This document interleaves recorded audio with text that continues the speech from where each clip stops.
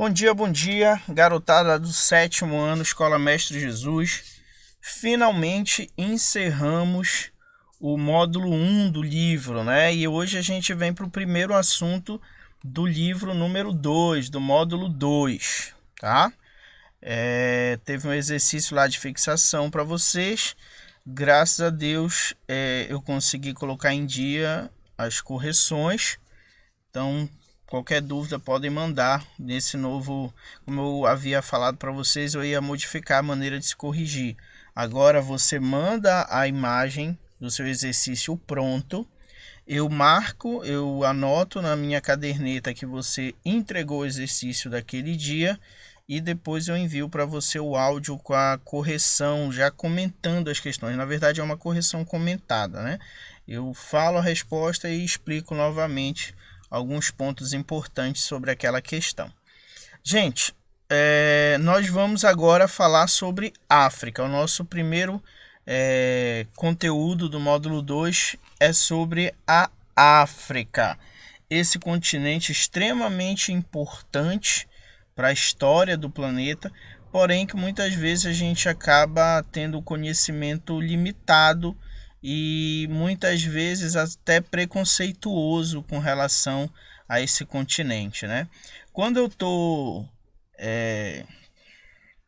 dando essa aula presencial, uma das primeiras perguntas que eu faço para os meus alunos é assim: qual o país mais pobre do mundo? E aí, geralmente, a resposta que eles me dão é África, né? A grande maioria vai para o lado da África.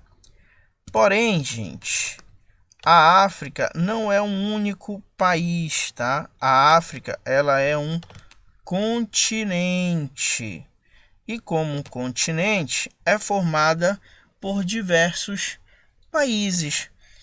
O que acontece é que muitas vezes nos jornais, na televisão, a gente ouve muito se falar da África pobre, da África miserável, da África que passa por diversas doenças, e a gente acaba imaginando que o país inteiro passa por esse processo, vive esse mesmo processo de pobreza e escassez.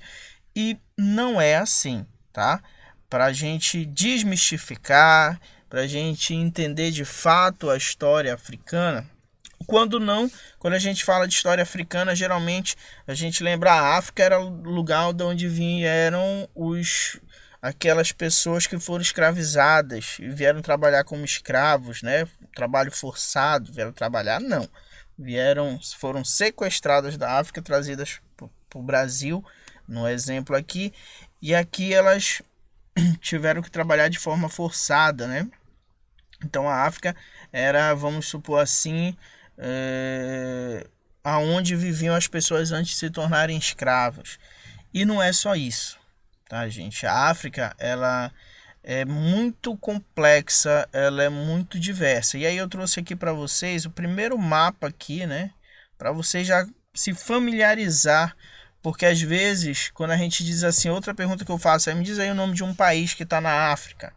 E aí muitos alunos não sabem, não conseguem responder, porque estão acostumados a ver na TV se falando muito sobre a América, se falando muito sobre a Europa e se falando pouco sobre a África, né? Então vamos lá, gente. Inclusive, às vezes, quando eu falo para os alunos, olha, esse país bem aqui, ó, ele fica na África. Esse bem. Peraí que eu botei a caneta, mas não é a caneta que eu quero. Ponta lisa. Esse aqui, ó, Egito, né? Egito, que a gente estudou lá quando vocês estavam no sexto ano. E os egípcios sempre aparecem, né? Também é o povo africano que mais aparece em filmes, principalmente filmes que vão falar sobre o passado e tudo mais.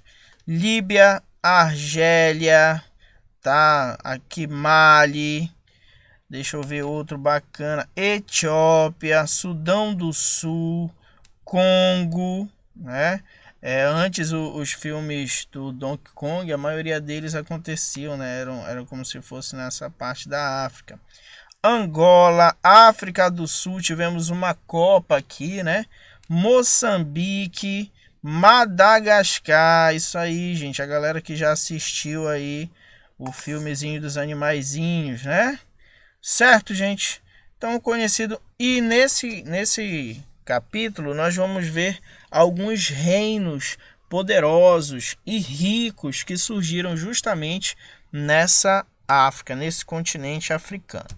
Vamos lá, prosseguindo, gente. Primeiro, a África, gente, uma África com muitas histórias. O que significa isso? Gente, o continente africano é o terceiro maior do planeta. É gigantesco. Gigantesca também é a diversidade do povo. E o que é diversidade? Já falamos sobre isso dentro de sala. Diversidade quer dizer diversos, vários. Então nós temos vários grupos, vários povos. Aqui eu coloquei essa imagem, gente, para você entender que na África não tem apenas pessoas de cor negra, você tem pessoas também brancas, você tem uma mistura de etnias. Talvez um dos países que mais se aproxime da característica do nosso povo brasileiro sejam os países africanos, porque a cultura deles, as características físicas deles, eles estão atreladas à nossa história. É por isso que nós falamos muito sobre afrodescendentes, os descendentes de antigos africanos, certo? Então, é múltipla a diversidade. Eles não têm uma única cultura, eles não têm uma única religião, eles não acreditam nas mesmas coisas. Eles têm uma diversidade cultural muito grande. Por isso que eu coloquei aqui, ó, continente rico em cultura, história e riquezas naturais. Gente, como muitos estão acostumados a imaginar a África como um país pobre, a gente acaba esquecendo que a África possuiu e possui ainda muitas riquezas naturais. A gente vai falar daqui a pouco de um reino que se destacou pela questão do ouro, tá? Além das riquezas naturais, riquezas de história também. A gente vai ter aí uma ampla variedade geográfica. Isso quer dizer que vai ter parte da África que vai ser deserto, vai ter parte da África que vai ser floresta, vai ter parte da África que vai ser savana, você vai ter a caatinga, você vai ter mata, você tem diversos ambientes, diversos habitats nesse mesmo continente, certo? Diversidade é a palavra aí que vai definir o continente africano, gente. Diversidade. O continente africano, ele é diverso em características históricas, características culturais, características religiosas, características, vamos dizer assim, geográficas, tá? Até mesmo características humanas diversas. E aí eu coloquei aqui para vocês, como eu disse, algumas imagens para demonstrar já essa diversidade, né? Se a gente for falar dessas duas imagens aqui, são culturas diferentes. Se a gente fosse, mas fale aí um ponto em comum, eu iria colocar aqui a utilização de cores vivas, né? Nas suas vestimentas, tá? Mas são culturas diferentes, tá, gente? Vamos lá. Uma barreira natural. Gente, o continente africano tem uma barreira natural gigantesca, chamada Deserto do Saara. Como alguns estudiosos dizem, gente, alguns pesquisadores dizem que há 5 ou 10 mil anos atrás, esse deserto do Saara era uma grande floresta, né? Aí eles têm a explicação deles lá de como isso se tornou um deserto, mas eles acreditavam que há mais ou menos 5 mil a 10 mil anos atrás o deserto do Saara não era um deserto, certo? Esse deserto, gente, está representado por essa linha aqui, mas é óbvio que o deserto não é uma linha, né? Ele perpassa por essa fronteira aqui. Aqui é só para a gente entender o que seria essa divisão, essa separação natural, essa barreira natural aqui, certo? O deserto do Saara, gente, é o terceiro maior deserto do planeta, talvez o mais conhecido pela gente, porque geralmente em filmes, geralmente em documentários que se fala sobre desertos, aparece o deserto do Saara. Então a gente costuma ver muito. Para quem já assistiu lá o filme A Múmia, né? também deserto do Saara. Então, geralmente, os desertos que são retratados, geralmente, são os desertos do Saara. É o deserto do Saara, tá? Então, vamos lá. Gente, o deserto do Saara ele vai dividir a África em duas partes. Aqui você tem a África do Norte. Atenção para essa parte, tá, gente? Bem aqui em cima seria o Mar Mediterrâneo. E em cima do Mar Mediterrâneo seria a Europa. Isso significa dizer que quando a gente está falando lá sobre os países europeus que a gente fala de comércio com o norte da África, é essa parte da África aqui que a gente está falando. Quando a gente falou sobre as grandes navegações, no nosso capítulo anterior, a África, onde eles deram a volta, era aqui, ó. Deram a volta aqui no extremo da África, extremo sul da África. E o norte é aqui em cima, certo? Então, o norte da África aqui em cima, por essa região, o deserto do Saara como uma barreira natural, ou seja, não era tão simples você sair do norte para vir para outras regiões africanas que estivessem abaixo do Saara. Não era uma viagem tão tranquila assim de ser feito, tá? Essa parte aqui, gente, abaixo do deserto, você vai imaginar, ó, acima do deserto, norte da África. Abaixo do deserto, África subsaariana.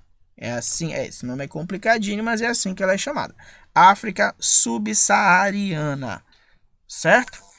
Essa separação aqui, gente, vai fazer com que se organizem povos, culturas e reinos diferentes de um lado de outro.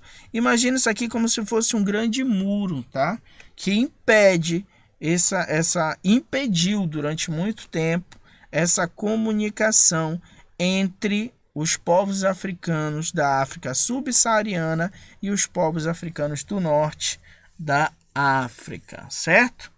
Aqui é a imagenzinha justamente do deserto do Saara. África subsaariana, ou seja, África que está abaixo do deserto do Saara. Então vamos falar um pouco de forma geral. Acabei de falar que temos diversidade no continente. Então eu vou falar alguns pontos principais, mas não remetem à totalidade, tá? Então remete à maioria. Maioria é uma coisa, totalidade é outra. Vamos lá. África subsaariana. A maioria dos grupos africanos, gente, não deixaram registros escritos. Eles não dominavam a escrita. E como a gente já sabe, quando uma determinada sociedade não domina a escrita, não deixa registros escritos da sua história, a história procura uma outra ciência amiga para tentar fornecer algumas informações sobre essas sociedades. Essa outra ciência amiga é a arqueologia. Então, quando uma sociedade não deixa documentos escritos, não deixa registros escritos para que o historiador possa escrever sobre a história daquela sociedade, o historiador precisa da ajuda dos arqueólogos, aquelas pessoas que vão fazer escavações lá para tentar encontrar registros sobre o passado daquele povo. Porém, gente, a maioria dos povos africanos, eles utilizavam madeira e barro para fabricar ferramentas. Madeira e barro são materiais que, com muito tempo no ambiente, eles acabam se perdendo, né? São materiais que a gente diz assim, são materiais sensíveis ao tempo, tanto o barro quanto a madeira. Então, até mesmo a arqueologia vai ter trabalho para conseguir encontrar elementos suficientes para que pudesse retratar a história de alguns povos africanos. Então nós vamos ter vários povos africanos, gente, que desapareceram e que não se tem possibilidade de estudo por esses problemas. Então, um dos primeiros problemas que a gente encontra na hora de escrever sobre a história de alguns povos africanos é justamente a questão deles não dominarem a escrita e de muitos de seus objetos serem fabricados de madeira e barro, o que o tempo acaba danificando demais, certo? Algumas coisas que nós vamos ter escritas, alguns registros sobre algumas sociedades africanas vão ser feitos pelos islâmicos, certo? A gente vai ver depois que os islâmicos começam a... Eles saem lá da Península Arábica e começam a comercializar com os africanos. E eles já dominavam o sistema de escrita. Então, alguns islâmicos vão escrever sobre essas sociedades e basicamente são esses os documentos escritos que muitas vezes os historiadores têm para estudar sobre esse continente africano. Tá? Mas vamos a um ponto muito curioso. Você pode dizer assim, mas tio, se eles não dominavam a escrita, se eles não deixaram documentos escritos, como é que você sabe algumas coisas da história deles ou que eles existiram? E aí, gente, para responder essa sua pergunta, nós vamos ter os griots. Tá? Os griots, gente, eles são uma espécie de contadores de história. Eles são professores. Tá? Eu estou falando são porque em alguns pontos africanos eles ainda, não é que eles ainda existam, mas ainda existem pessoas que fazem as mesmas coisas, que são consideradas griots. Tanto é que eu trouxe aqui uma imagem para vocês um pouco mais ligada à atualidade e aqui uma representação do que seriam esses griots. Gente, os griots eram responsáveis por retratar para as pessoas a história daquela comunidade. Era uma maneira que eles encontravam de fazer com que aquelas pessoas entendessem a sua história, a sua cultura, certo? Como eles não deixavam relatos escritos, existiam os griots que eles iam contar. E eles utilizavam instrumentos musicais. Isso aqui são instrumentos musicais. Então, eles pegavam as histórias, muitos deles eram conhecidos como bibliotecas ambulantes. Eles pegavam a história, transformavam a história em música e eles iam passando isso de geração em geração. Então, as crianças se reuniam muitas vezes para escutar as histórias dos antepassados, de como tinha se formado a sua sociedade, como tinha se formado a sua tribo, o seu grupo, tá? O seu reino. Então, os griots eram fundamentais para perpetuar a história daquelas sociedades. E até hoje, gente, na hora de se estudar sobre alguns povos africanos, os historiadores recorrem aos relatos dos griots, aos relatos históricos que essas pessoas contam. Tá? É claro que esses relatos eles são cheios de misticismo, de mitologia, eles são cheios de pontos que a gente não pode acreditar fielmente. Porém, eles demonstram sim a cultura, a crença daquele povo, e isso é importante para entender como aquele povo se organizava. Tá? Grandes reinos, grandes riquezas. A gente vai entrar já já no primeiro reino que a gente tem para estudar, e antes eu queria que vocês dessem uma olhada aqui nessa imagem, aonde nós já vamos ter mapeado aqui os principais. Nós não vamos estudar todos, nós vamos estudar alguns. O primeiro que nós vamos estudar é esse bem aqui, gente, Gana, tá? Muita atenção para esses dois reinos aqui, Gana e Mali. Mas também tem Cartago, Egito, Cush, Etiópia, Luanda, tá Lunda aqui, mas em português é Luanda, Congo, Ruanda, tá? Zimbábue, enfim, temos vários Songhai, temos vários impérios que se formaram, vários impérios e reinos que se formaram na África, que foram super poderosos, e o primeiro que a gente vai falar é de Gana, tá? Vamos lá, gente. O reino de Gana. O reino de Gana vai ocupar ali uma região próxima ao rio Senegal e Níger, bem aqui nessa região aqui, tá? Como eu mostrei na imagem anterior para vocês também. Lembrando, gente, que eu falei para vocês, eu já havia falado para vocês que as sociedades antigas, elas têm que estar próximas a um rio, porque elas dependem da água para agricultura, para pecuária, ou seja, para sobrevivência. Então, os povos vão tentar se fixar próximos aos rios, às margens de rios. E isso gera conflito, porque tem outros povos que querem dominar essas regiões, porque são regiões férteis, são regiões boas para sobrevivência, boa para agricultura. Então a gente sempre vai ter conflito de um grupo com outro grupo para tentar conseguir essa região, para sobreviver ali, certo? Não vai ser diferente aí com o início de Gana. Então, basicamente, gente, o início desse império começa aí com alguns grupos de agricultores que viviam nessa região que vão começar a se unir, porque eles queriam se defender de outros grupos, né? Grupos nômades, você sabe, grupos nômades são aqueles que não têm moradia fixa, eles estão o tempo inteiro se deslocando de um local para outro. Então, muitas vezes, esses povos nômades acabavam entrando em conflito com esses grupos de agricultores.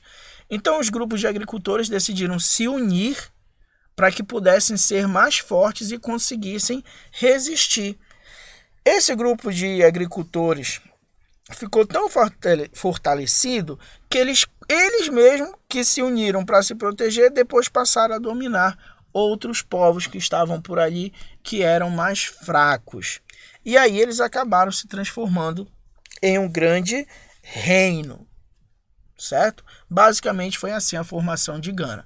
Grupo de agricultores se unindo, depois ficam fortalecidos e passam a dominar povos considerados mais fracos, certo?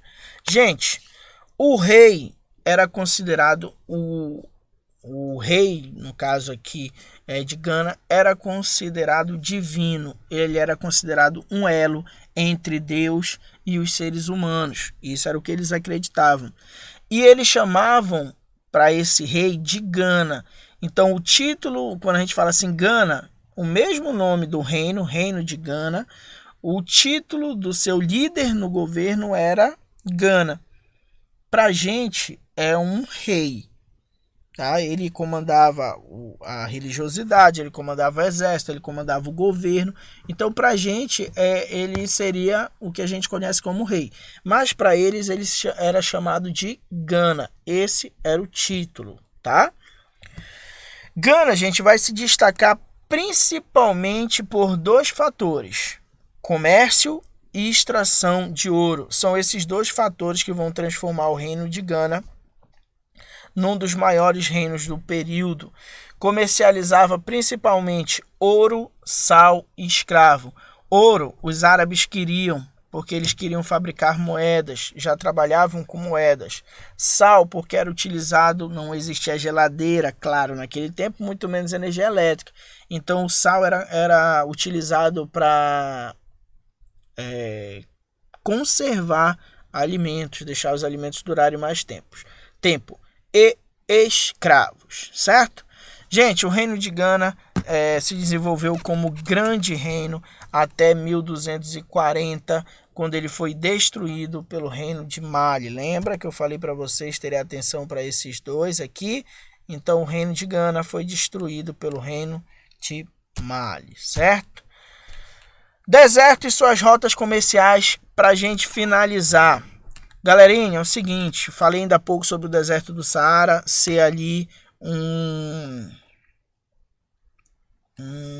esqueci o nome da palavra, vamos lá, um obstáculo natural, não era essa palavra, mas enfim, né? Deixa eu ver lá. Uma barreira natural. Falamos sobre o deserto ser uma barreira natural. Porém, gente, alguns grupos vão conseguir atravessar essa barreira. Esse grupo são os islâmicos, certo? Aí, durante o século VII, você vai ter os islâmicos chegando ao norte da África, basicamente dominando o Egito e islamizando o Egito. Islamismo, gente, o islamismo é uma religião, tá? Assim como nós temos as religiões cristãs, existem as religiões islâmicas. Então,